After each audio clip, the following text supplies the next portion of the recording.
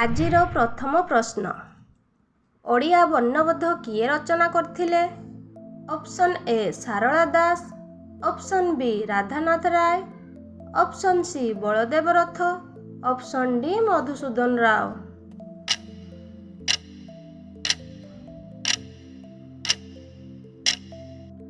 ଏହାର ସଠିକ୍ ଉତ୍ତରଟି ହେଉଛି ଅପସନ୍ ଡି ମଧୁସୂଦନ ରାଓ।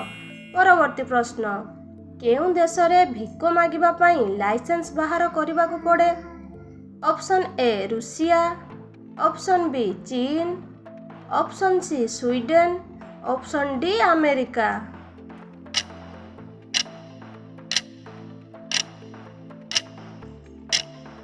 ଏହାର ସଠିକ୍ ଉତ୍ତରଟି ହେଉଛି ଅପସନ୍ ସି ସ୍ୱିଡେନ। ପରବର୍ତ୍ତୀ ପ୍ରଶ୍ନ, କେଉଁ ଜୀବର କ୍ଷୀର ପିଇଲେ ବୁଦ୍ଧି ପ୍ରଖର ହୋଇଥାଏ? ଅପସନ୍ ଏ ଛେଳି କ୍ଷୀର, ଅପସନ୍ ବି ଗାଈ କ୍ଷୀର, ଅପସନ୍ ସି ମେଣ୍ଢା କ୍ଷୀର, ଅପସନ୍ ଡି ଓଟ କ୍ଷୀର।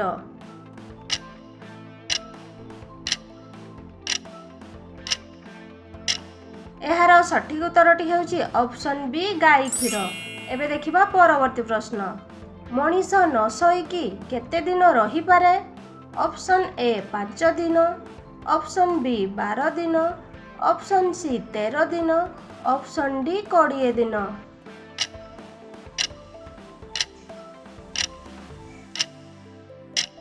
ଏହାର ସଠିକ୍ ଉତ୍ତରଟି ହେଉଛି ଅପସନ୍ ବି 12 ଦିନ। ପରବର୍ତ୍ତୀ ପ୍ରଶ୍ନ, କେଉଁ ରାଜ୍ୟରେ ସବୁଠାରୁ ଅଧିକ ଚା ଚାଷ ହୁଏ?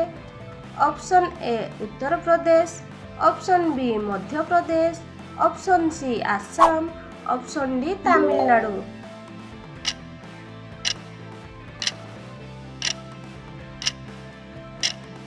ଏହାର ସଠିକ୍ ଉତ୍ତରଟି ହେଉଛି ଅପସନ୍ ସି ଆସାମ।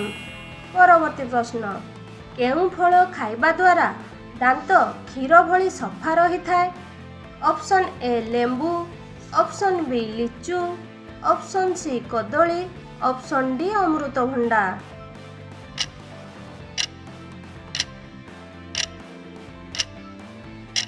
ଏହାର ସଠିକ୍ ଉତ୍ତରଟି ହେଉଛି ଅପସନ୍ ଡି ଅମୃତଭଣ୍ଡା।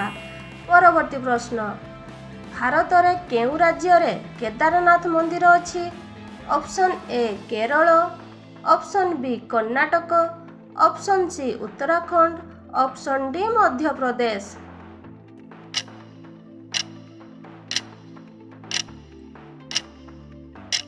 ଏହାର ସଠିକ୍ ଉତ୍ତରଟି ହେଉଛି ଅପସନ୍ ସି ଉତ୍ତରାଖଣ୍ଡ।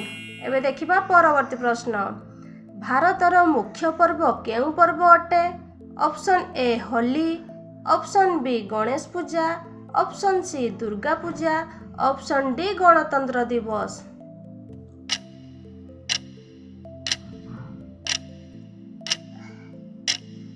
ଏହାର ସଠିକ୍ ଉତ୍ତରଟି ହେଉଛି ଅପସନ୍ ଡି ଗଣତନ୍ତ୍ର ଦିବସ। ପରବର୍ତ୍ତୀ ପ୍ରଶ୍ନ, କେଉଁ ଦେଶ ଦିଆସିଲିର ଆବିଷ୍କାର କରିଥିଲା? ଅପସନ୍ ଏ ଚୀନ, option B Britain, option C England, option D Japan.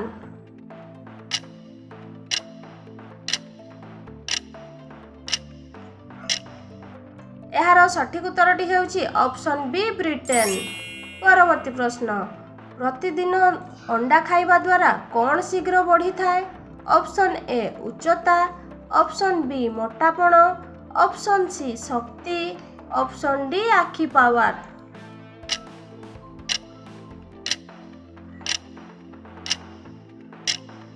ଏହାର ସଠିକ୍ ଉତ୍ତରଟି ହେଉଛି ଅପସନ୍ ସି ଶକ୍ତି। ଭିଡ଼ିଓଟିକୁ ଏଇଠି ରଖୁଛି। ଜୟ ଜଗନ୍ନାଥ।